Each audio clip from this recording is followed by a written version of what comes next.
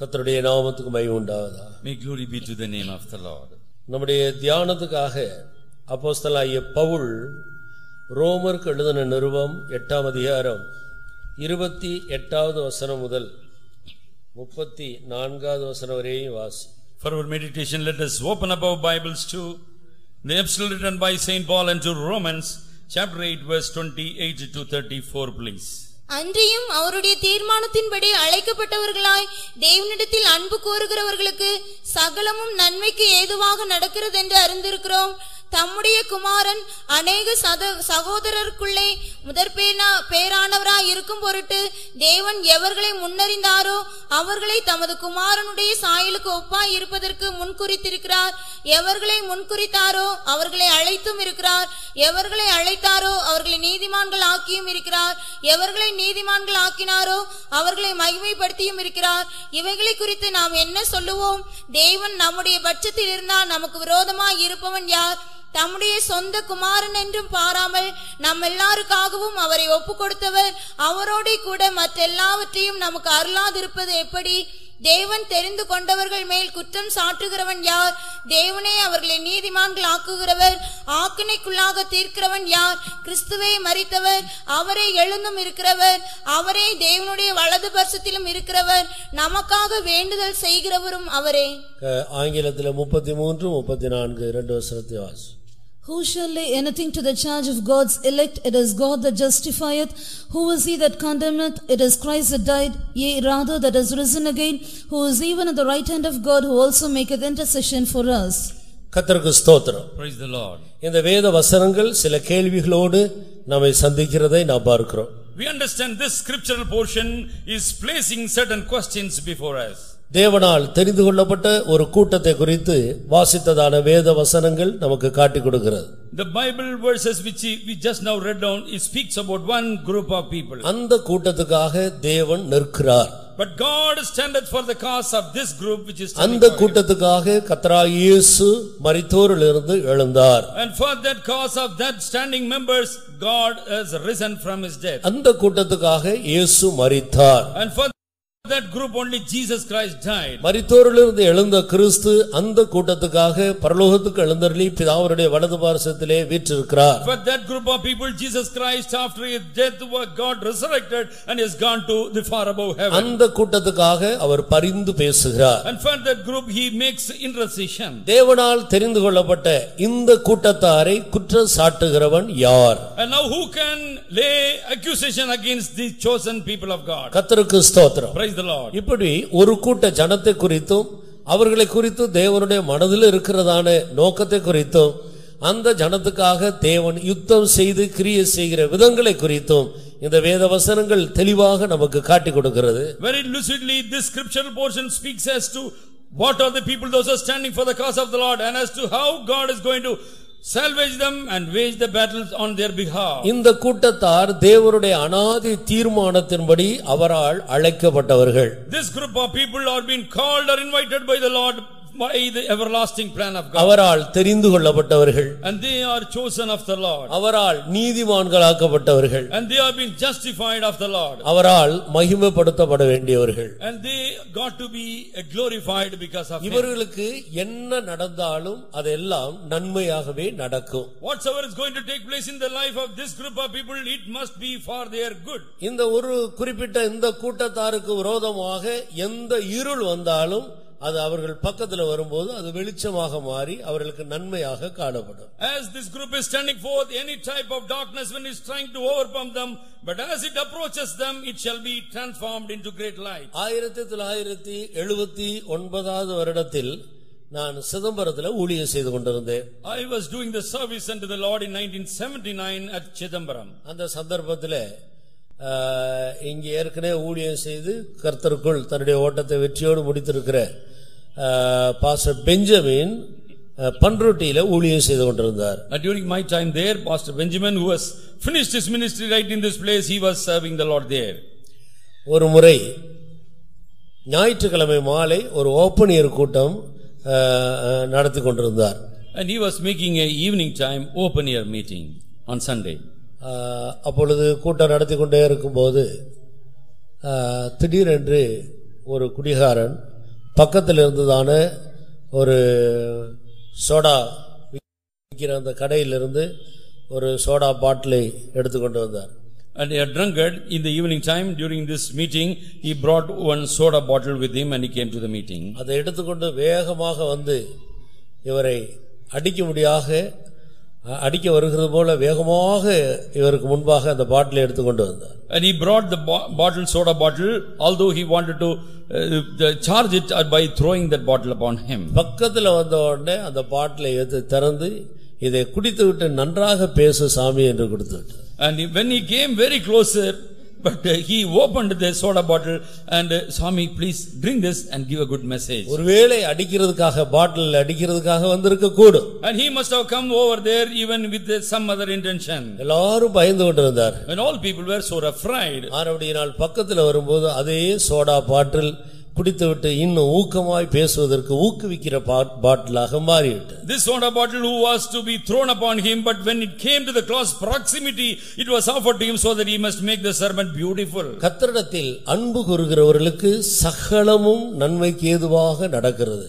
Because we love our God, therefore everything that is taking place in our life is going to be for our good. ஒரு அம்பு கொல்லும்படியாக வரும்போது அது பக்கத்துல வந்த உடனே அது மாலையாக மாறி கழுத்துல விழுந்து விடுகிறது. It is as though to us it shall become a garland. கர்த்தருக்கு ஸ்தோத்திரம். Praise the Lord. இப்படிப்பட்ட ஒரு கூட்டம் இதே உலகத்தில் தேவன் இப்படி ஒரு கூட்டத்தை வைத்திருக்கிறார். And God has placed one group of people right on the face of this earth. இந்த கூட்டத்தார் தற்செயலாக ஏற்பட்டவர்கள் அல்ல. Accidentally these people have not mushodum or came forth from nothing. இந்த பூமியில திடீர் என்று புது கட்சிகள் உருவாகிறது. And you can see many political parties are getting formed in this world many places. சில காலத்துக்கு பிறகு அவைகள் ஒளிந்து போகிறது. But in a passage of time they get vanished into blue. இவைகள் எல்லாம் மனிதர்களால் ஏற்படுத்தப்பட்டபடியினால் அது ஒளிந்து போகிறது. Because it is man made parties, therefore it is coming to null and void on a day. பிறகு புது கட்சிகள் புது கூட்டங்கள் எழும்புகிறது. And another type of groups with some other name is coming forth. சில நாட்களுக்கு பிறகு அவைகள் மறைந்து போகிறது, வேறொரு கூட்டம் எழும்புகிறது. But in a passage of time they perish and there comes forth another group. ஒரு சந்ததி வருகிறது, இன்னொரு சந்ததி போகிறது. One generation is perishing, another generation is to follow upon this earth. மாறி மாறி இந்த பூமியில் காரியங்கள் சம்பவித்துக் கொண்டே இருக்கிறது. And one after the other the episode Agog take place on this earth. சூரியன் உதிக்கிறது, அது மறைகிறது, மறுபடியும் உதிக்கிறது. But the sun is rising from east, but it goes to the west, again it is coming back on the next day. இந்த பூமியில் अनेक கூட்டங்களை நாம் பார்க்கிறோம். And we see many groups of people around this world. இது மனிதர்களால் உருவாகிறது. But this congregation or the assembly is made by men. ஆனால் இங்கே நான் வாசித்ததான இந்த இடத்தில் உள்ள இந்த கூட்டத்தார் இது மனிதர்களால் உருவாக்கப்பட்டவர்கள் அல்ல. But here one group of people God select, they are not made by men. ஜாதி அடிப்படையிலே ஜனங்கள் அந்த குறிப்பிட்ட ஜாதியார் ஒன்றாக சேர்ந்து ஒரு கூட்டத்தை அமைத்துக் கொள்ளுகிறார்கள். One group of people according to the caste they congregate together. பாஷை அடிப்படையிலே கூட்டத்தை அமைத்துக் கொள்ளுகிறார்கள். And some people according to the linguistics different they make a group. கட்சி அடிப்படையிலே எல்லாரும் சேர்ந்து ஒரு கட்சியாக ஒரு கூட்டத்தை அமைத்துக் கொள்ளுகிறார்கள். And they form some groups according to the political backdrops. மத அடிப்படையிலே கூட்டத்தை அமைத்துக் கொள்ளுகிறார்கள். And because of the religion follow up and people are coming together. தொழில் அடிப்படையிலே கூட்டத்தை அமைத்துக் கொள்ளுகிறார்கள். And according to their handiworks business people used to come together. இப்படி பலவிதமான அடிப்படையில ஜனங்கள் கூட்டமாக கூடி இந்த பூமியிலே வாழ்கிறார்கள். And people are confederating or coming together forming groups according to their natures. இந்த अनेक கூட்டங்களின் மத்தியிலே ஒரு கூட்டத்தை கர்த்தராகிய ஆண்டவர் அறிமுகப்படுத்துகிறார். But in the midst of all the groups in this world Jesus Christ is introducing another group of people. இந்த கூட்டத்தார் தாங்களாக ஏதோ ஒன்றை அடிப்படையாக வைத்து உருவாக்கி கொண்ட கூட்டத்தார் அல்ல. But sadly this group of people have not formed themselves or not made a unity because of themselves. இவர்கள் சகலவற்றையும் சிருஷ்டித்த தேவனாலே இந்த பூமியில் ஏற்படுத்தப்பட்ட ஒரு கூட்டத்தாராக இருக்கிறார்கள். But this group of people are being predestinated or ordained by the Lord who made heaven and earth. இந்த கூட்டத்தை சேர்ந்த अनेகர் சொல்லுகிற சாட்சி என்ன? What is the testimony of the people, those who are from this group? நான் இப்படிப்பட்ட ஒரு கூட்டத்தை வெறுக்கிறவளாக இருந்தேன். I was a person who was almost hating tooth and nail against this particular sect of the people. நான் எதை வெறுத்தேனோ அதே இடத்துக்கு கர்த்தர் என்னை கொண்டு வந்தார். I had a great abhorring for this group, but God has brought me right to that group. அப்படி பலர் சொல்லுகிறதை நான் கேட்டிருக்கிறேன். And that was the testimony I am given to understand by many people. அவர்களிலே நானும் அப்படித்தான் ஒருவனாக இருக்கிறேன். In the midst of all the testimonies, I also one of the person who voiced like that. பரிசுத்த பவுல் சொன்னார், நான் எதை இடிக்க நான் பிரயாசப்பட்டேனோ அதையே நான் கட்டும்படி தேவன் என்னை கொண்டு வந்தார் என்று சொல்லுகிறார். Saint Paul in his vocab he says, to which thing I want to devastate and bring into ruins, God made me a person to construct and raise up that building. Pentecost மார்க்கத்தை அதை உடைத்து அது இல்லாமல் போகும்படி எருசலேமிலே பிரதான ஆசாரியர்களிடத்தில் நிருபத்தை வாங்கிக் கொண்டு தமஸ்கு பட்டணத்தில் உள்ள பெந்தகோஸ்துக்காரர்களை எல்லாம் பிடித்து சிறையில் அடைத்து அவர்களை உபத்திரவப்படுத்தும்படியாக போனவர்தான் Pavul. And Paul was formerly Saul when he went and took some epistle from the high priest in Jerusalem to persecute all the Pentecostal people, those who are worshipping the Lord at Damascus. இது போகிற வழியில ஏதோ ஒன்று சம்பவித்தது. அழிக்கும்படியாக போன அவர் அதை கட்டுகிறவராக மாறிவிட்டார். But in his journey something took place. He wanted to destroy and discomfit the people there, but he was transformed to a person who was raising up that group. இது தற்செயலாக அவருக்குள் நடந்த ஒரு காரியம் அல்ல. It was not an accident that took place in the life of this Saul. பின்னால் நாட்களில் பரிசுத்த பவுல் சொல்லுகிறார், நான் என் தாயின் வயிற்றில் உருவாகும் போதே என்னை தேவன் இதற்காக என்னை கண்டார் என்று சொல்கிறார். But at the fag end of the life, Saint Paul is recollecting back and saying, but God has predestinated me before I was formed in the womb of my mother. கலாத்தியருக்கு எழுதின நிருபம் 1:15 Galatians 1:15. அப்படி இருந்தும் நான் என் தாயின் வயிற்றில் இருந்தது முதல் என்னை பிரித்தெடுத்து தம்முடைய கிருபையினால் அழைத்த தேவன், நான் என் தாயின் வயிற்றில் இருந்தது முதல் என்னை பிரித்தெடுத்து அவருடைய கிருபையினால் அவர் என்னை அழைத்தார். But it pleased God who separated me from my mother's womb and called me by his grace. அப்ப பரிசுத்த பவுலை ஆண்டவர் தாயின் வயிற்றில் இருக்கும் பொழுதே பிரித்து விட்டார். And likewise God separated this Saint Paul when he was formed in the womb of the தன்னுடைய mother. ஊழியத்துக்கு என்று பிரித்து விட்டார். And God separated him for God's own work. இந்த பவுல் மேல் ஆண்டவருக்கு இருந்ததான நோக்கம் என்ன என்று அவர் அப்போஸ்தலனாகிய பவுலுக்கும் அது தெரியாது. And this apostle Paul was not knowing what was the plan connected with this life. அதே நேரத்தில் அவருடைய பெற்றோர்களுக்கும் அதை பற்றிய knowledge இல்லை. Even Petrus, they were totally, the parents also, they did not have the faintest knowledge connected with this. ஆண்டவர் மட்டும் இவர் மேல் ஒரு நோக்கம் வைத்து அந்த நோக்கத்தின்படி அவரை நடத்துகிறார். And God had a discrete plan connected with him, and God was leading him in his journey. ஆனால் இவர்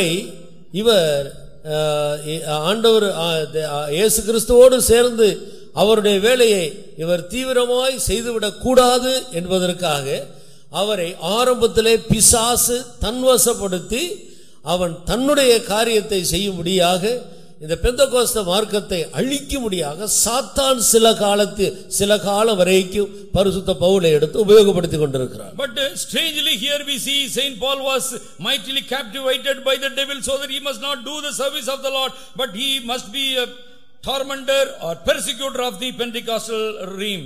ஆனால் குறித்த காலம் வந்தபோது தேவன் செய்ய நினைத்தது தடைபடாது, ஒருபோதும் தடைபடாது என்ற வசனத்தின்படி ஆண்டவர் தன்னுடைய வேலையை பரிசுத்த பவுலுக்குள்ளே செய்தார். When the right time came, the stipulated time was dawning upon him, God commenced his ministry or work in him. தேவனுடைய மனுஷனாகிய ஸ்தேவானை கல்லெறிந்து கொல்வதற்கு மிகவும் உடந்தையாக இருந்த ஒரு மனிதன்தான் இந்த அப்போஸ்தலனாகிய Pavul. This apostle Paul was a person who was standing by the side when Stephen was stoned or pelted to death. இந்த மார்க்கத்தை சேர்ந்த அநேகரை பல விதங்களில் உபத்திரவப்படுத்தின ஒரு மனிதன் தான் இவர். And he was a man who was tormenting, persecuting the people or the followers of Christ in his time. அதே மனிதனுக்குள் தேவன் வைத்த தீர்மானத்தை குறித்த நேரம் வரும்போது தேவன் நிறைவேற்றினார். But God has performed, fulfilled the desire or the plan connected in his life in the correct time. ஆனபடியினால் இந்த கூட்டம் என்று சொல்லுகிறவர்கள் இது தற்செயலாக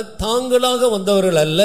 இது தேவனுடைய முன் அறிவிப்பின்படியே அவருடைய தீர்மானத்தின்படியே பல ஜாதியிலிருந்தும் பல பாஷைகளிலிருந்து பல சூழ்நிலைகளிலிருந்து தேவனால் பிரித்தெடுக்கப்பட்டு கொண்டு வரப்பட்ட ஒரு கூட்டத்தார். Therefore this group of people we speak here, they are not come of their own with their own knowledge, but God has separated according to the predestination, calling and ordination of the Lord. ரட்சிக்கப்பட்ட தேவனுடைய பிள்ளைகள், அபிஷேகம் பெற்ற தேவனுடைய பிள்ளைகள் தங்களுக்கு ஆண்டவர் தந்திருக்கிற அந்த ஆவிக்குரிய அனுபவங்களை குறித்து நீங்கள் சாதாரணமாக எண்ணிவிடக் கூடாது. The saved people of the Lord here must never very commonly think about your salvation or the blessing you harvested after getting the infilling of the Spirit. தேவன் அவருடைய தீர்மானத்தின்படி உங்களை சந்தித்து இங்கே கொண்டு வந்திருக்கிறார். According to the predestination of the Lord, God has brought you right in this place. நீங்கள் தற்செயலாக வந்தவர்கள் அல்ல. Accidentally nobody has stumbled and fallen to this place. தேவனுடைய அநாதி தீர்மானத்தின்படி குறித்த நாள் வந்தபோது தேவன் உங்களை சந்தித்து கொண்டு வந்திருக்கிறார். Because of the everlasting plan of the Lord in the correct stipulated time, God has handpicked you and brought you right here. அவர் அதனை தன்னுடைய காலத்தில் அவர் நிறைவேற்றுகிற தேவன். And God is a Lord who performs at will his will in the correct time. எல்லாவற்றுக்கும் சமயமும் தேவ செயலும் நேரிட வேண்டும். But for everything there must be the will and the pleasure of the Lord. ஆண்டவருடைய சமயம் ஒரு மனிதனுக்குள்ள வரும்போது அவர் என்ன செய்ய நினைத்தாரோ அதை அந்த மனிதனுக்குள்ளே செய்கிற வேளையில் அவர் தீவிரமாய் செயல்படுகிறார். And God very swiftly he will perform the things or according to the pleasure or the will what he has for a man. இந்த வேத வசனங்களை வைத்து அவருடைய தீர்மானத்தின்படி நான் அழைக்கப்பட்டிருக்கிறேன், நான் ரட்சிக்கப்பட்டிருக்கிறேன், நான் இந்த பெந்தெகோஸ்து அனுபவத்துக்குள்ளே தேவனால் கொண்டு வரப்பட்டிருக்கிறேன் என்ற முழு நிச்சயம் உள்ளவர்கள் தங்களுடைய கரங்களை உயர்த்துங்கள். கர்த்தருக்கு ஸ்தோத்திரம். Praise the Lord.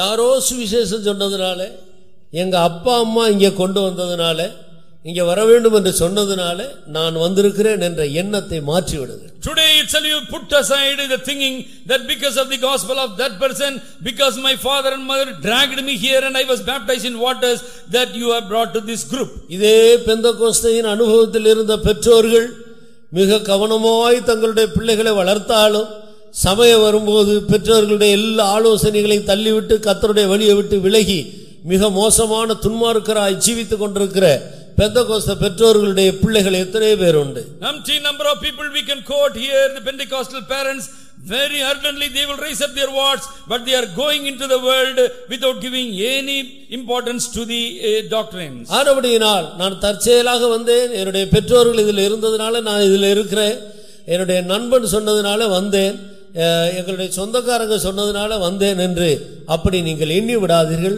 அவருடைய தீர்மானத்தின்படி தேவன் உங்களை இங்கே கொண்டு வந்திருக்கிறார் என்பதுதான் உண்மை. அதை உறுதிப்படுத்திக் கொள்ளுங்கள். And you must make sure that it is the purpose of God only brought you here, not because of the spelling of somebody else or by enforcement of your parents or your friends. அன்றியும் அவருடைய தீர்மானத்தின்படி அழைக்கப்பட்டவர்களாய் அவரிடத்தில் அன்பு கூறுகிறவர்களுக்கு சகலமும் நன்மைக்கு ஏதுவாக நடக்கிறது என்று அறிந்திருக்கிறோம். And we know all things work together for good to them that love God, to them that were called according to his purpose. இங்க இருக்கிற ஒவ்வொரு தேவனுடைய பிள்ளையும் ஆண்டவருடைய தீர்மானத்தின்படி நீங்கள் அழைக்கப்பட்டவர்களாக இருக்கிறீர்கள். Every child of God who is seated here or been purposefully God has minted you out of this world. இந்த காரியத்தில் நீங்கள் அதிக உறுதியுள்ளவர்களாக இருக்க வேண்டும். And you must have concrete or you must have a great assurance connected with your calling. நம்முடைய வாழ்க்கையிலே உயர்வு வரக்கூடும், தாழ்வு வரக்கூடும், நம்முடைய வாழ்க்கையிலே நெருக்கங்கள் வரக்கூடும், நம்முடைய வாழ்க்கையிலே சாலங்கள் வரக்கூடும், நம்முடைய வாழ்க்கையிலே துன்பம் பல காரியங்கள் வரக்கூடும். ஆனால் நான் தேவனால் தெரிந்து கொள்ளப்பட்டவன், தேவனால் அழைக்கப்பட்டவன், என்மேல் ஆண்டவருக்கு ஒரு தீர்மானம் இருக்கிறது என்ற இந்த காரியத்தில் உறுதியுள்ளவர்களாக இருந்தால் என்ன நடந்தாலும் எல்லாம் உங்களுக்கு நன்மையாக மாறிவிடும். And you may be elevated, you may be promoted, or you may be debased, you may be rejected, you may be suffering persecution and afflictions, but if you have a concrete thinking that God has called you with this purpose, you will never stumble and you will offended. யார் இந்த ஒரு கருத்தை, இந்த ஒரு எண்ணத்தை, இந்த உண்மையை குறித்து யார் அசதியா இருக்கிறார்களோ அவர்களுக்கு தான் வருகிறதான காரியங்கள் தீமையாக சம்பவிக்கிறது. And all the people are slothful connected with this purpose, they will be getting wearied and be fainted on their afflictions. Jonah தேவனால் தெரிந்து கொள்ளப்பட்ட ஒரு தீர்க்கதரிசி. And Jonah was a prophet who was chosen by God. கப்பல் கலங்கியது, சமுத்திரம் கொந்தளித்தது. And the ship was almost shaken, and there came tempest and raging wind. மீன் விழுங்கி விட்டது. And the great fish swallowed him up. ஆனால் அவன் கர்த்தரிடத்தில் திரும்பி தன்னை அழைத்த தேவனிடத்தில் அவர் நெருங்கின போது அதே மீன் கப்பல் போகிற வேகத்தை விட அதிக வேகமாக போய் கரையில கக்கி விட்டது. The correct time, the correct repentance when Jonah had in his life, right in the belly, God made the same ship or the fish to carry him very swiftly to the shore which God wants to take him through. ஆண்டவரிடத்தில் அன்பு கூறுகிறவர்களுக்கு அவருடைய தீர்மானத்தின்படி நான் அழைக்கப்பட்டவன் என்று விசுவாசித்த அந்த விசுவாசத்தில் உறுதியாக இருக்கிறவர்களுக்கு என்ன சம்பவித்தாலும் அது நன்மையாகத்தான் முடியும். For all the people those who are loving God, whatsoever may be taking place in your life, you must think that it will be working together for your good. நான் தேவனுடைய தீர்மானத்தின்படி அழைக்கப்பட்டவன் என்பதில் மட்டும் நம்மை உறுதிப்படுத்திக் கொள்ள மிக கவனமாக இருக்க வேண்டும். And we must be very very careful to greatly having assurance that I am called by a purpose of God. சோதனைகள் போராட்டங்கள் வரும்போது உங்களுடைய அழைப்பை குறித்து நீங்கள் சந்தேகப்படக்கூடாது. And in the time of the tossing wind or afflictions, you must never think about your calling and be shaky. பரிசுத்த பவுலையும் சீலாவையும் சிறைச்சாலையில் அடைத்தார்கள். And Saint Paul and Silas, they were imprisoned. அந்த நேரம் ஆண்டவர் நம்மை அழைத்தது உண்மையா இருந்தால் இப்படி சிறைச்சாலைக்கு வந்திருப்போமா என்று அவர்கள் சந்தேகப்பட்டு கொண்டு சிறைச்சாலையில் கலங்கி இருந்தால் சிறைச்சாலையின் அஸ்திவாரம் அசைந்திருக்குமா? And one question to you, that when they have stumbled and said, but why God has allowed this imprison in their life, if they are fainted, will the foundations of the prison could have shaken by God? அங்கே இருந்த अनेक கைதிகளுடைய கட்டுகள் கழன்றிருக்குமா? But will the fetters of the chains of the prisoners should have gone away from them? அந்த தேசத்தில் உள்ள அதிகாரிகள் பரிசுத்த பவுலை கட்டுவித்ததற்காக கலங்கி இருப்பார்களா?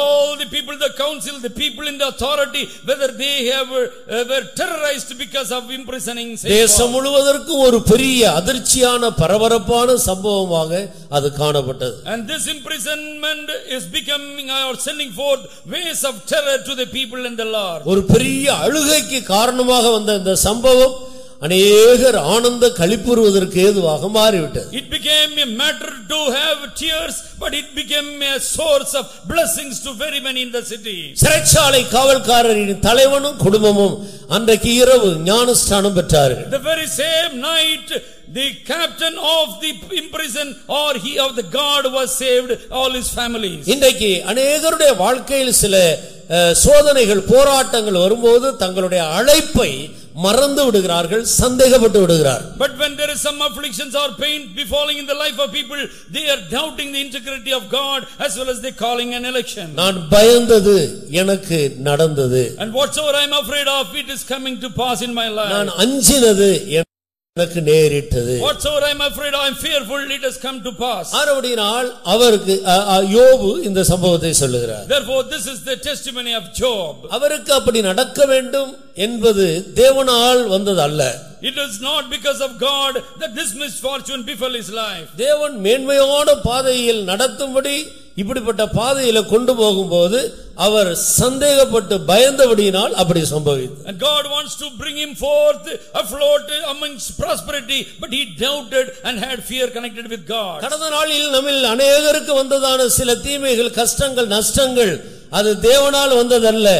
தேவன் உங்களை ஆசீர்வதிக்கும்படியாக அந்த பாதையில் கொண்டு போகும்போது நீங்கள் தேவனுடைய அழைப்பை அவருடைய நடத்துதலை சந்தேகப்பட்டு பயந்ததனாலே உங்களுக்கு சம்பவித்தது. All the things that took place in your life is not because of God has forsaken you, but you have doubted the integrity and God's sovereign hand in the midst of affliction. நம்முடைய தேவன் எவ்வளவு பெரிய தேவன். Great is our God. அவர் சமுத்திரத்தை சிருஷ்டித்தவர், சமுத்திரத்தின் மேல் நடந்தவர். And he created the ocean and he was standing right on the ocean. நீ சந்தேகப்படாமல் அவரை பின்பற்றுவாயானால் நீயும் நானும் அதே சமுத்திரத்தின் மேல் நடக்க முடியும். Without any doubt, if you are able to believe upon him, you and me can tread upon this very ocean.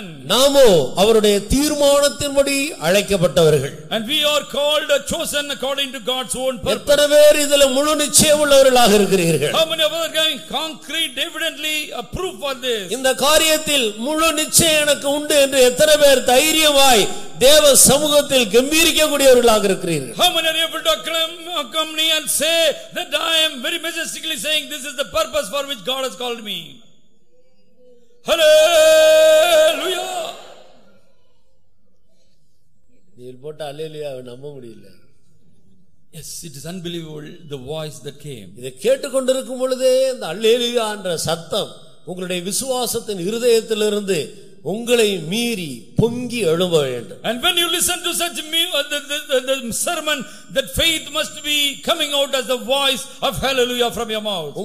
உங்களுடைய சந்தேகம், அவிசுவாசம் இவைகள் தான் அந்த சத்தத்தை தடை செய்கிறது. Only our unbelief or your even unfaith only is making you to have a small disciple voice. நான் தேவனால் அவருடைய தீர்மானத்தின்படி அழைக்கப்பட்ட தெரிந்து கொள்ளப்பட்ட ஒரு நபரா இருந்தால் எனக்கு ஏன் இப்படி சம்பவிக்கிறது என்று நாம் கலங்க வேண்டிய அவசியம் இல்லை. We need not to have trouble in us saying why, because God has called us, God has chosen, why such misfortunes. நான் தேவனால் தெரிந்து கொள்ளப்பட்டவன் என்பதிலே உங்களுக்கு சந்தேகம் இருக்கிறபடியால் கலக்கம் வருகிறது. And there is trouble in your life because you doubt whether you have been called by God. கலக்கமும் பயமும் இருக்கிறபடியால் உங்களுக்கு நன்மையாக வர வேண்டிய காரியம் அப்படி தீமையாகவே நீங்கள் அனுபவிக்க வேண்டியதாக இருக்கிறது. And there is troubling and also fear coupled to your life, therefore it is not a good thing but a evil thing is befalling. அவருடைய தீர்மானத்தின்படி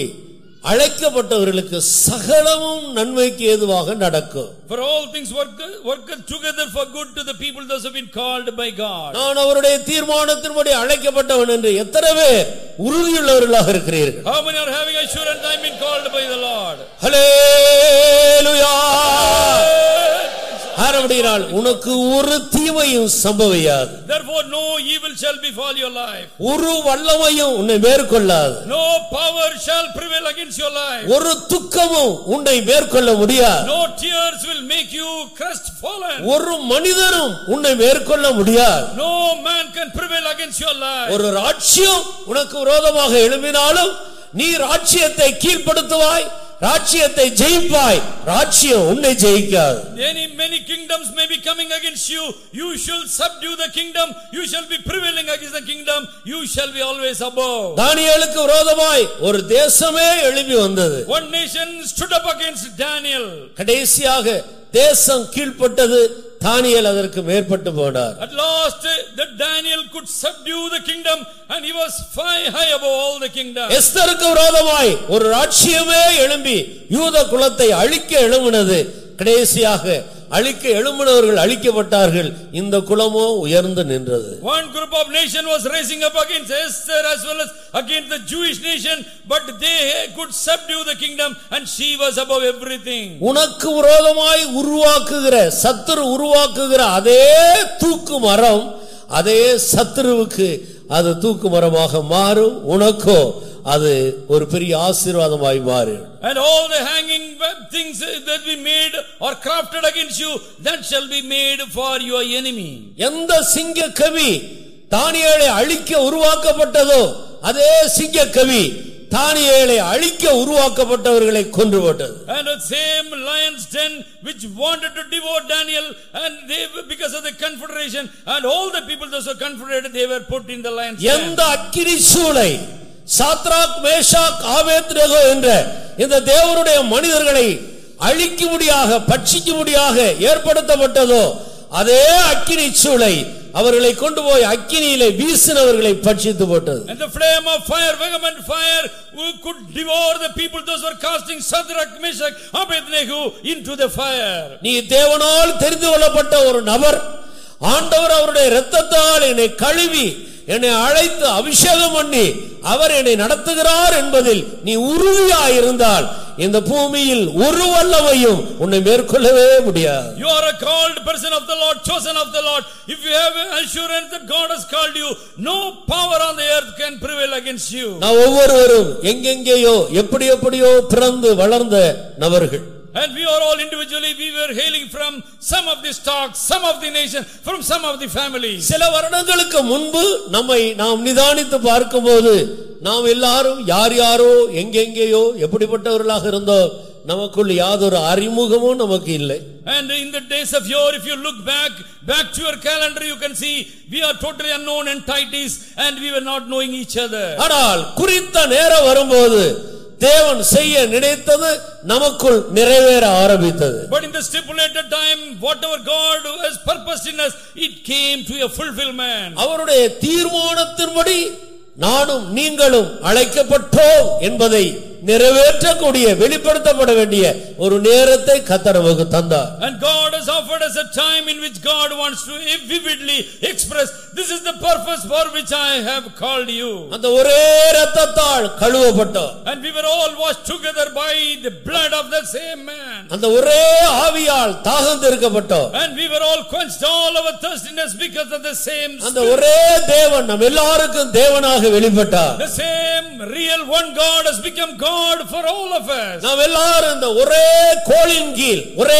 நடத்திப்புக்கு கீழே கொண்டு வரப்பட்டோம். And we were all brought under the domain of the same rod and the staff of God. நாம் எல்லாருடைய முகங்களையும் ஆண்டவர் ஒரே நம்பிக்கைக்கு நேராக ஒரே துறைமுகத்துக்கு நேராக திருப்பி விட்டார். And now God has made all our faces focused towards the heaven or the desired heaven wherein we want to go. பல நம்பிக்கைக்கு நேராக திருப்பப்பட்டிருந்த நம்முடைய முகங்களை எல்லாருடைய முகங்களையும் ஆண்டவர் ஒரே திசைக்கு நேராக திருப்பி கொண்டு வந்தார். We individually had so many faces, so many anxieties and expectation, but God has made our concentration hope upon him.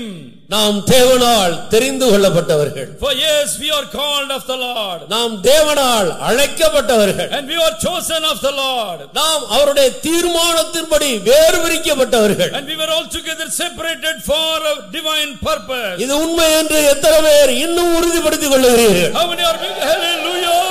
கர்த்தருடைய நாமத்துக்கு மகிமை உண்டாகட்டும். Glory be added to God's revered name. இந்த நிச்சயம் இன்றைக்கு உனக்குள் வந்தபடியால் இன்று முதல் உனக்கு சம்பவிக்கிற அனைத்தும் நன்மையாக நடக்கும் என்பதை நீ நிச்சயமாக அறிந்து கொள். And you might mark and understand because you have come to this concrete assurance, and therefore you see all the things shall be prospering from today onwards. உன்னை சேதப்படுத்துவார் உலகத்தில் இல்லை. There will be no person to lay accusation or evil against you. உன்னை மேற்கொள்ளுவார் பூமியில் இல்லை. On the face of the earth there is no enemy to buffet your life. உன்னை அழிக்க இந்த பூமியில் ஒரு வல்லமையும் இல்லை. There is no power to prevail and to destroy your life. உன்னுடைய அவிசுவாசமே, உன்னுடைய சந்தேகமே, உன்னுடைய பயமே கடந்த நாட்களில் சில தோல்வியை நீ சந்திக்க முடியாத செய்தது. And your unbelief and your fear and your afraid only made you to encounter some defeats in your past. இன்னைக்கு ஒரு சரியான இடத்துக்கு உன்னுடைய மனதை திருப்பி கொண்டு வந்து உறுதிப்படுத்திக் கொண்டது நிமித்தம் இனி நீ அவைகளை காண மாட்டாய். And because you have come to the correct plane or a platform with great assurance about God, you will never see such misfortune in your life. இன்று முதல் உனக்கு நடக்கிற அனைத்தும் நன்மையாகவே மாறும். And from today onwards whatsoever will be taking place in your life, it shall be for your good alone. நீ திகிலுக்கு தூரமாவாய். You shall be far away from all the தீங்கு உன்னை தொடராது. The evil never pursue you. வலது பக்கம் இடது பக்கம் அநேகர் விழுவார்கள். There shall be in right and left many people shall be falling. நீயோ ஸ்திரமாய் முன்னே போய் கொண்டே இருப்பாய். And you shall be pressing forward victoriously in your life. கர்த்தருடைய நாமத்துக்கு மகிமை உண்டாகட்டும். May glory be added to God's holy name. இதுதான் அவருடைய தீர்மானத்தின்படி அழைக்கப்பட்டவர்களுக்கு நடக்க வேண்டியவைகள் நடந்து கொண்டிருக்கிறவைகள். And this is the thing that has to take place in the life of the people that have been called by the purpose of the Lord, it shall take place also. தேவன் எதற்காக நம்மை அழைத்தார்? Why God should call all of us? தேவன் எவர்களை அழைத்தாரோ அவர்களை தெரிந்து கொண்டிருக்கிறார். And whosoever been predestinated of the Lord, God has called them all. தேவன் எவர்களை தெரிந்து கொண்டாரோ அவர்களை நீதிமான்களாக்கி இருக்கிறார். And whosoever been called, and God justified them. எவர்களை தேவன் நீதிமான்களாக்கினாரோ அவர்களை மகிமைப்படுத்தியும் இருக்கிறார். To whom God justified, God has glorified them also. கடந்த நாட்களில் अनेक தேவனுடைய பிள்ளைகள் தேவன் அவர்களுக்காக வைத்திருந்த மகிமையை பெற்றுக்கொள்ளும்படி அவர்கள் மகிமை அடைந்து தங்களுடைய மரணத்தின் மூலம் தேவனை மகிமைப்படுத்திக் கொண்டு இந்த பூமியை விட்டு கடந்து போயிருக்கிறார். Many people from our congregation, from our people are gone, duly receiving justification and glorified in the state. They are gone to be with the Lord. அவர்கள் தங்களுடைய நித்திய மகிமைக்கு விழித்து எழும்பும்படி இளைப்பாறிக் கொண்டிருக்கிறார்கள். And they rose up so that they must go to the eternal glory, and they have swiftly they are gone to the other shore. கர்த்தர் என்னையும் உங்களையும் அந்த நித்திய மகிமையை பெற்றுக்கொள்ளும்படி இந்த பூமியிலே நம்மை உருவாக்கி கொண்டிருக்கிறார். For you and me, God is giving an everlasting glory.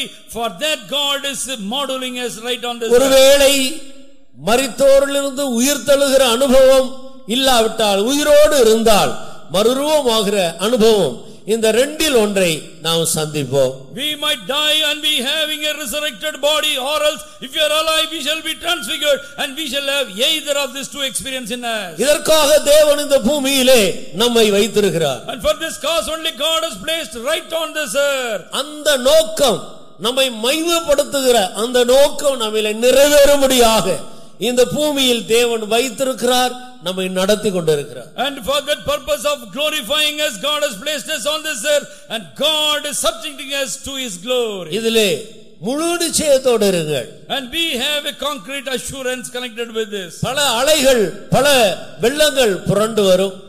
Many billows, waves shall be coming raging up against you. பல காற்று உனக்கு எதிரிட்டு வந்து வீசும். There may be many tempest, boisterous wind coming against you. பல மனிதர்கள் சேனையாய் எழும்பி வருவார்கள். As a host of enemy, many people shall be coming and throwing against you. சத்துரு வெள்ளம் போல எழும்பி வருவார். The adversary shall be coming as a flood against your life. உனக்கு விரோதமாய் ராஜ்யம் எழும்பி வரும். The kingdom might be coming against you. ஆனால் நீயோ அசைய மாட்டாய். But you shall never be moved. கர்த்தருடைய நாமத்துக்கு மகிமை உண்டாகட்டும். May glory be added to God's holy name. 2 நாட்களுக்கு முன்பாக தூரமான ஒரு தேசத்திலிருந்து ஒரு சகோதரன், நான் இப்படி ஒரு சொப்பனம் கண்டேன் என்று சொல்லி ஒரு சொப்பனத்தை அவர் ஷேர் பண்ணி கொண்டார். Before 2 days, one person from far off country, he rang up to me and he was telling me about the dream what he had. ஒரு தேவனுக்கு பயந்த ஒரு மனிதனை குறித்து அவர் இவ்விதமாக சொன்னார். And he was narrating about a very devoted and God's fearing man. பயங்கரமான தண்ணீர் பெருகி கொண்டிருக்கிறது. And there was coming a great flood like waters. அந்த தண்ணீரிலே அவர் சொன்ன அந்த தேவனுடைய மனிதன் அந்த தண்ணீரிலே இருக்கிறார். And this revered man of God was afloat in the waters. அந்த திரளான தண்ணீர்கள் எல்லாம், அந்த திரளான தண்ணீர்கள் அவருக்காக வந்த தண்ணீர்கள் தான். And this mighty water that was flooding his life, it is only for him. எந்த மனிதனுக்கு அந்த திரளான தண்ணீர் எழுப்பி வந்ததோ அந்த தண்ணீரில் அந்த குறிப்பிட்ட மனிதன் ஒரு அசைவில்லாமல் அவர் இளைப்பாறுதலோடு உட்கார்ந்திருக்கிறாராம். The great flooding of the water was gushing upon his life, but he was seated in the midst of the water very tranquilly. அதிகபட்சம் தண்ணீர் என்று சொல்வது அது சோதனை என்று நாம் அறிந்திருக்கிறோம். And we know on the grass water typifies is a trial. திரளான தண்ணீர்கள் நேசத்தை அணைக்க மாட்டாது. But the great quantum of water will never quench the love. வெள்ளங்களும் அதை அணைக்க முடியாது. Even the floods of water cannot quench God's love. தேவனுடைய நேசத்தை ருசித்த தேவனுடைய மனிதர்கள் அதன் மத்தியில் இளைப்பாறி கொண்டிருப்பார். In the midst of all this flooding, the people of the Lord who tasted God shall be relishing in that. உண்மையாய் ஆண்டவரை நேசிக்கிற தேவனுடைய ஜனங்கள் திரளான சோதனையிலே இளைப்பாறுதலை காண்பார்கள். The people those who are really loving God, they shall be having tranquil rest in the midst of all sufferings around. அதுதான் ஒரு நல்ல ஸ்டாண்டர்டான ஒரு கிறிஸ்துவ ஜீவியம். That is the great victorious standard of a Christian. சோதனையில கலங்கி போகிற நபர்கள் அது ஒரு சரியான ஒரு ஸ்டாண்டர்ட் இல்லாதவர்கள் என்பதுதான் அதை காட்டுகிறது. In the midst of afflictions and pain, if he is shedding tears and he is fallen, it is not a good standard of his life. இதோ அஸ்திவாரமாக ஒரு கல்லை நான் சீயோனில் வைக்கிறேன். Lo, I place a foundational stone in Zion. அது சாதாரண கல் அல்ல. It is not a common stone. அநேக பரீட்சைகளின் ஊடாய் கடந்து ஜெயமெடுத்து கடந்து போன கல். And this stone has been made to pass through many fiery trials. அது பரீட்சிக்கப்பட்ட கல். It has been a tried stone. அது திட அஸ்திவாரமான மூலைக்கல். It is a true foundational cornerstone.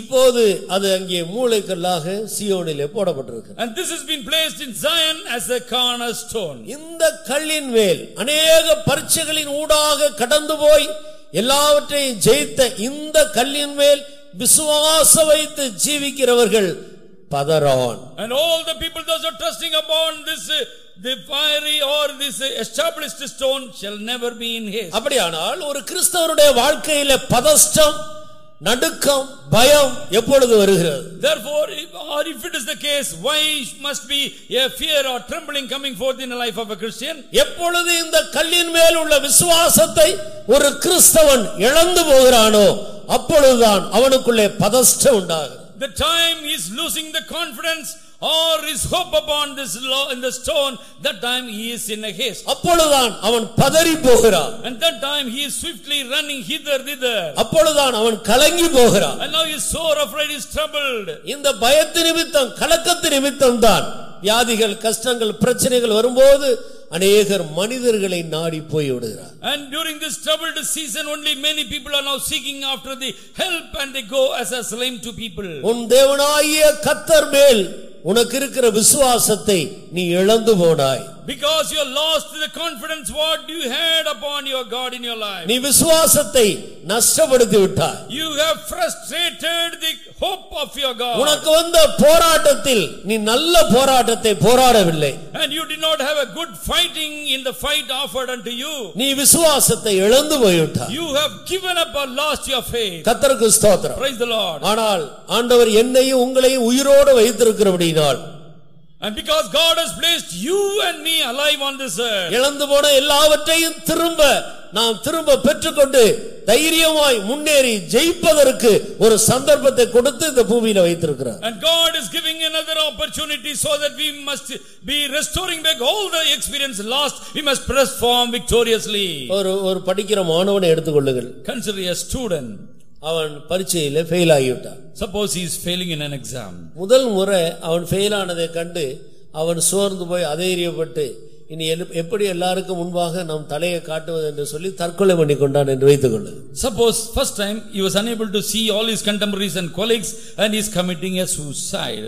அவன் தற்கொலை பண்ணி கொண்ட அடுத்த நாள் பேப்பர்ல வருகிறது, நாங்கள் சரியாக பேப்பர் திருத்தாதபடியினால் இந்த நபர் ஃபெயில் ஆகிவிட்டார், அவர் பாஸ் பண்ணிவிட்டார் என்று அடுத்த நாள் வருது. But there is a errand is given at a correction or corrigendum that this particular number is already passed, there is some error. உயிரோடு அவர் மரித்து போனபடியினால் இந்த சந்தோஷத்தை அவர் அனுபவிக்க முடியுமா? And can he taste and enjoy the publishing because he has already no more? இல்லாவிட்டால் fail ஆகவே ஆகிவிட்டார் என்று வைத்துக் கொள்ளு. Or else you see just now he got a failing. தற்கொலை பண்ணி கொண்டா மறுபடியும் அதை எழுதி பாஸ் பண்ணி முன்னேறதுக்கு ஒரு வாய்ப்பு அவருக்கு உண்டா? Will there be an opportunity given to him, offered to him to write an exam once again and have a victory?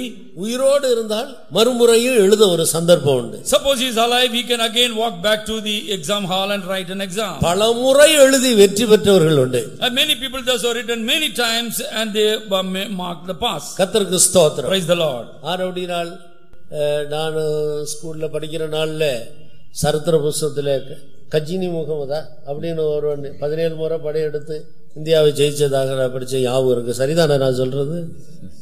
Yes.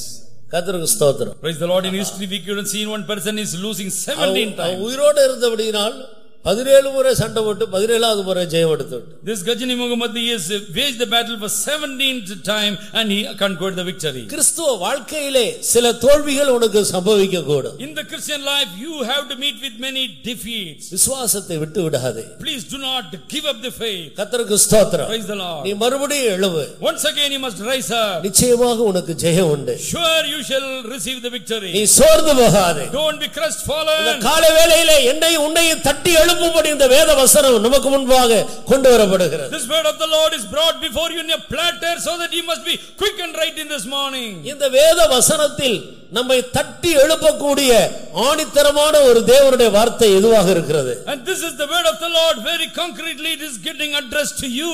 33வது வசனம் என்னை அதிகமாக ஊக்குவிக்கிற ஒரு வசனமாக இருக்கு. The verse 33 many times it used to inspire my life. ஆசியே தேவன் தெரிந்து கொண்டவர்கள் மேல் குற்றம் சாட்டுகிறவன் யார்?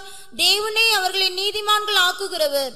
தேவன் தெரிந்து கொண்டவர்கள் மேல் குற்றம் சாட்டுகிறவன் யார்? Who shall lay anything to the charge of God's elect? நான் தேவனால் தெரிந்து கொள்ளப்பட்ட ஒரு நபர் என்ற இந்த விசுவாசத்தில் நீங்கள் உறுதியா இருந்தால் எத்தனை பேர் குற்றம் சாட்டினாலும் தேவன் அதை குற்றமாக எடுக்க மாட்டார். Suppose that you come to the catalog of God's own elect, many people may be accusing you, you shall not be falling. பூமியில் உள்ள அத்தனை பேரும் உன்னை குற்றம் சாட்டட்டும். All the people on the earth may be accusing you with some flaw. தேவன் உன்னை குற்றவாளியாக தீர்க்க மாட்டார். But God will not condemn you and say you are கையும் மெய்யுமாக விபச்சார பாவத்தில் பிடிக்கப்பட்ட ஒரு ஸ்திரியை கொண்டு வந்து ஆண்டவருக்கு முன்பாக நிறுத்தினார். And they placed before our Lord Jesus a woman was captivated or a red-handed he was captivated. அந்த அத்தனை பேரும் ஒருவராயிலும் அந்த ஸ்திரீக்கு ஒரு ஆறுதலான வார்த்தையை சொல்லவில்லை. All the people those who brought her, nobody was to give some solace or comfort to her. எல்லாரும் குற்றப்படுத்தி கொண்டிருந்தார்கள். All people were accusing this particular woman in question. இவளை கல்லெறிந்து கொள்ள வேண்டும். And she must be pelted to death.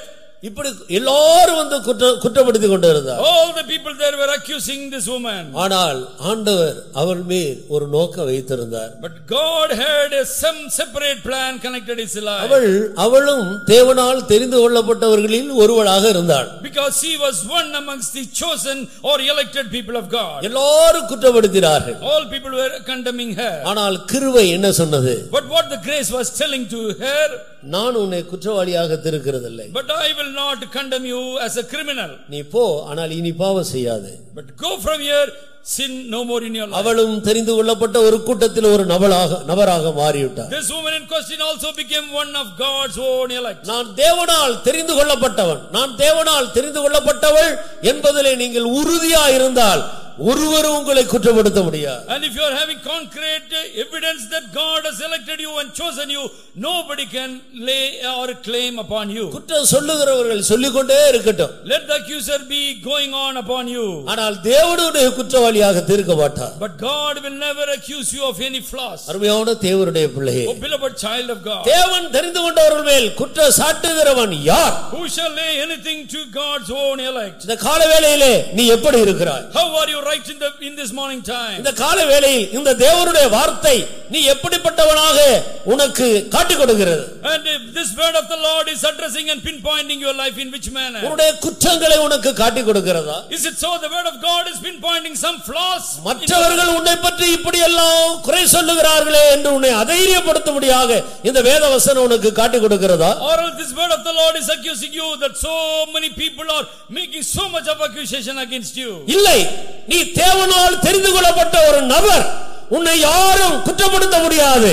தேவன் உன்னை எழுப்புகிறார், நீ எழும்பு என்று உனக்கு சொல்லுகிறதா? Or the word of the Lord is saying you are God's own elect, God's own chosen, nobody can make any accusation against you. இந்த வேத வசனத்தை நீங்கள் எப்படி காண்கிறீர்கள்? How are you looking into this divine word of God? இந்த தேவனுடைய வார்த்தை உங்களை எப்படி சந்திக்கிறதாக நீங்கள் உணர்கிறீர்கள்? How are you sensing and realizing the word of the Lord is meeting you? நீ தேவனால் தெரிந்து கொள்ளப்பட்டவர். You are chosen of God. இதுவரையும் யார் உன்னை எவ்வளவு குற்றம் சாட்டி இருந்தாலும் நீ தேவனால் தெரிந்து கொள்ளப்பட்ட ஒரு நபர்.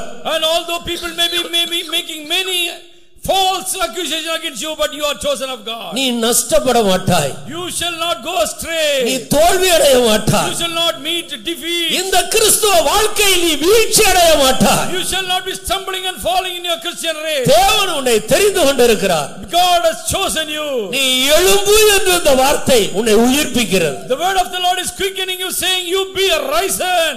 தேவன் தெரிந்து கொண்டவர்கள் மேல் குற்றம் சாட்டுகிறவன் யார்? And who shall lay anything to the charge of God's elect? அருமையான தேவனுடைய பிள்ளையே, Wherefore, child of God, அருமையான கிறிஸ்தவ நண்பனே, oh beloved Christian friend, அருமையான கிறிஸ்துவுக்குள்ளான சகோதரியே, oh sister, those who are in Christ, தேவன் என்னை தெரிந்து கொண்டார் என்ற நிச்சயம் உனக்கு உண்டா? do you have an assurance God has chosen you? இந்த காலை நேரத்தில் நீ உன்னுடைய பார்வையில் எவ்வளவு குறைவாக இருந்தாலும் மற்ற உன்னை சுற்றிலும் இருக்கிற உன் உறவினர்கள், உன் குடும்பத்தார், உன் சபையார் மத்தியிலே நீ எவ்வளவு குறைவாக எண்ணப்பட்டிருந்தாலும் ஆண்டவர் உன்னை மேலான ஒரு நபராக காண்கிறார். In your own sight, in the sight of all your family members, you may be in a debased state, dejected state, but God does not see you in that manner. ஆனபடியால் உன்னுடைய எண்ணத்தை விட்டுவிடு.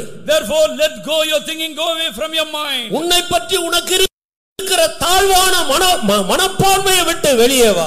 Come out of the inferiority complex by which you are limping. இனி என்னால் இந்த சீயோனின் பாதையில் முன்னேற முடியாது. I cannot press forward in my Zion. நான் இவ்வளவு குறை உள்ளவன். I have such and such setbacks in me. எல்லாரும் என்னை பற்றி இப்படிப்பட்ட அபிப்பிராயம் உள்ளவர்களாக இருக்கிறார். Many people are having such a notion connected with my life. இனி இந்த எருசலேமின் வாழ்வில் என்னால் செழிக்க முடியாது. I cannot be in prosperity in the path leads to Jerusalem. இந்த தவறான தாழ்வான மனப்பான்மையை விட்டுவிட்டு நீ வெளியே வா என்று கர்த்தர் இந்த வேத வசனத்தின் மூலம் உன்னை அழைக்கிறார். By this word of the Lord, God is inviting you, come out of the inferiority complex, in the rejected state. உன்னை பற்றி நீ வைத்திருக்கிற அபிப்பிராயத்தை தேவ சமூகத்தில் அறிக்கையிட்டு விட்டுவிடு.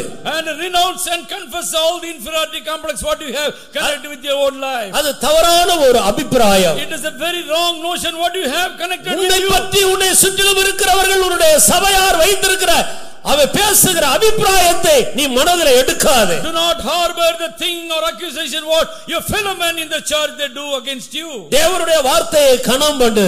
And honor the word of the Lord. நீ தேவனால் தெரிந்து கொள்ளப்பட்ட ஒரு நபர். And you are chosen of God. உன்னை யாரும் குற்றம் சாட்ட முடியாது. Nobody can charge or accuse against you. நான் உன்னை தூக்கி நிறுத்துவேன்.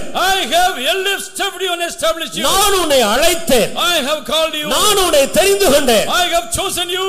என் இரத்தத்தால் கழுவி உன்னை நீதிமானாக்கிறேன். I have washed you and justified you by my நானே உன்னை மகிமைப்படுத்துவேன். and I am going to glorify you. உனக்காக நான் மரித்தேன். I have died for you, Jesus. உனக்காக நான் எழும்பினேன். I have risen for you. உனக்காக நான் எல்லா வானத்துக்கு மேலாக கடந்து சென்றேன். I have passed through all heavens for your sake. உனக்காக என் பிதாவின் வலது பாரசத்தில் வீற்றிருக்கிறேன். I am seated for your cause in the right hand of my Father. உனக்காக நான் பரிந்து பேசிக் கொண்டிருக்கிறேன். I am advocating, interceding for your cause. இதை விசுவாசிக்கிறாயா? Are you able to believe this? கர்த்தருடைய வார்த்தை உன்னை பார்த்து கேட்கிறது. The word of the Lord is addressing unto you. இதை விசுவாசிக்கிறாயா? Are you able to believe the voice of God? இதை விசுவாசிக்கிறாயா? Are you able to believe the voice of God? நான் உனக்காக செய்து முடித்த இதை விசுவாசிக்கிறாயா? Do you believe whatsoever I accomplished for you? எழும்பு தேவனுடைய பிள்ளையே. O child of God, be arise. சீயோனே நீ எழும்பு. O Zion, be arise. எருசலேமே நீ எழும்பு. Jerusalem, be quick. நீ ஆர்ப்பரி. Oh, rejoice in நீ the Lord. முழக்கமிடு. And be a proud and shout. தேவனால் தெரிந்து கொள்ளப்பட்டவர்களை குற்றம் சாட்டுகிறவன் யார்? And who can say anything against God's own elect? நான் உன்னை தெரிந்து கொண்டேன். For I have chosen you. முழங்கால்களை முடக்குவா. And please be on your knees. கண்களை மூடி ஆண்டவருடைய கரத்தில் சமர்ப்பிப்பவாக. During shutting your eyes, let us surrender into the hands of the உன்னை Lord. பற்றிய தாழ்வான மனப்பான்மையை விட்டுவிடு. Let go the inferiority complex what you harbor in your heart. அந்த சிறைச்சாலையில் இருந்து வெளியே வா. Come out of the prison house. இன்றைக்கு கர்த்தர் உன் கதவை தட்டி உன்னை அடைத்து வைத்திருந்த சிறைச்சாலையின் கதவை திறக்கிறார். Today God is knocking up the jail's door and bringing you out of the prison. உன்னை பற்றி நீ வைத்திருந்த தாழ்வான அந்த எண்ணம் என்கிற சிறைச்சாலையிலிருந்து வெளியே வரும்படி கர்த்தர் கதவை திறந்து விடுகிறார். And God is wide opening the doors of prison that you must come out of your own rejection. உன்னுடைய குறைகளையே எண்ணி எண்ணி எண்ணி நீ விழுந்து போன இடத்தில் இன்னும் நீ விழுந்து கொண்டிருக்காதே. And do not reckon unto your flaws and be still keep on falling in your dejection. கர்த்தர் இன்றைக்கு அந்த இடத்திலிருந்து உன்னை தூக்கும்படி தன்னுடைய கரத்தை நீட்டி இருக்கிறார். God has extended his arm to lift you from that fallen state. விசுவாச கண்ணால் நீ அந்த கரத்தை பார்த்து உன்னுடைய கரத்தை நீட்டி ஆண்டவருடைய கரத்தை எட்டி பிடிப்பாயா? By faithful eyes extend your arms and hold for the hand God has stretched forth for you. கர்த்தர் அந்த இடத்திலிருந்து உன்னை தூக்குகிறார். God is elevating you from that state. இந்த ஆவிக்குரிய வாழ்க்கையில்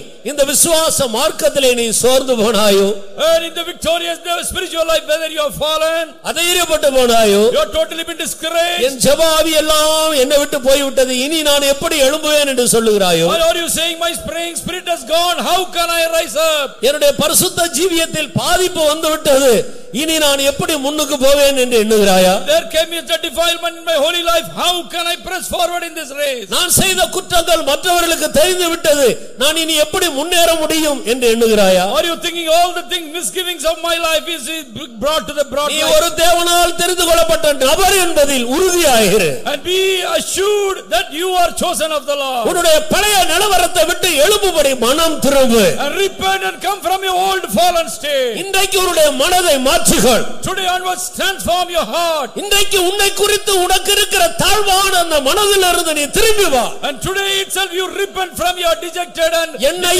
என் ஆண்டவர் உயிர்ப்பிக்க முடியும். and God can quicken even me. என்னையும் ஆண்டவர் சீயோனாய் மாற்ற முடியும். God can even make me also Zion. என்னையும் ஆண்டவர் எருசலேமாய் உருவாக்க முடியும். God can even make me as Jerusalem. என் தேவன் என்னை தூக்கி நிறுத்த வல்லவர். My God is well able to establish my going. குற்றப்படுத்துகிறவர்கள் குற்றப்படுத்திக் கொண்டே இருக்கட்டும். Let the accuser be continuously accusing you. கர்த்தர் உன்னை பார்த்து சொல்லுகிறார், நீ எழும்பு. And God looking at you says, you be arisen. நீ என்னால் தெரிந்து கொள்ளப்பட்டவர். You are chosen of me. நான் உன்னை தெரிந்து கொண்டேன். For I have chosen you. நான் உனக்காக மரித்து உயிர்த்தெழுந்தேன். I have died for you and being alive உன்னை for you. குற்றம் சாட்டுகிறவர்கள் யார்? And who can accuse you? யார் உன்னை குற்றம் சாட்ட முடியும்? Who can accuse you? தேவனுடைய பிள்ளையே, இந்த வார்த்தையை பிடித்துக்கொண்டு எழும்பு. Oh child of God, cleave unto the word and be arisen. Hallelujah.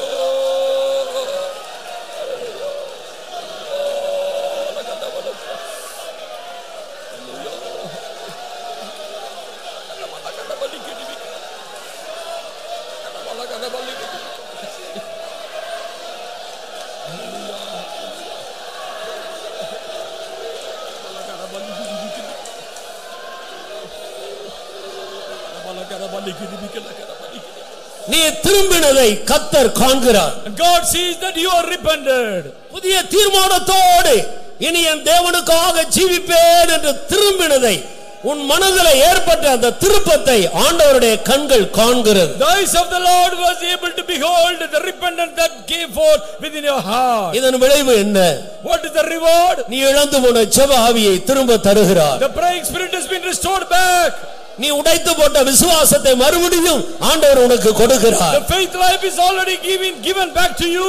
நீ உடைத்து போட்ட கற்பனை பலகையை மறுபடியும் அந்த அன்பை ஆண்டவர் உன் இருதயத்தில் ஊற்றுகிறார். God is pouring forth the fallen love and the broken tables in your heart. உன் தேவனை மறந்தாயே, You have forgotten about your God. மறுபடியுமாக அவர் உன்னை நினைவு கூர்ந்து அதே அன்பை உன் இருதயத்தில் ஊற்றுகிறார். Once again God reminded you and showing forth this. நீ ஆதி அன்புக்கு திரும்பி வா என்று அழைக்கிறார். God is calling you, please come back to the first. நீ ஆதி விசுவாசத்துக்கு எழும்பி நட என்று ஆண்டவர் அழைக்கிறார். Come back to the first faithful step, God says. உன் முந்தின சீரை பாருங்கள், நற்சீர் நான் உனக்கு தருவேன் என்று சொல்லுகிறார். God says, I'm going to give you a very glorious virtue rather than your beginning. இன்னும் நீ எழும்ப அசதியா இருக்கிறாயா? But still are you slothful? இன்னும் நீ விழுந்து கிடக்கிறாயா? Are you still fallen?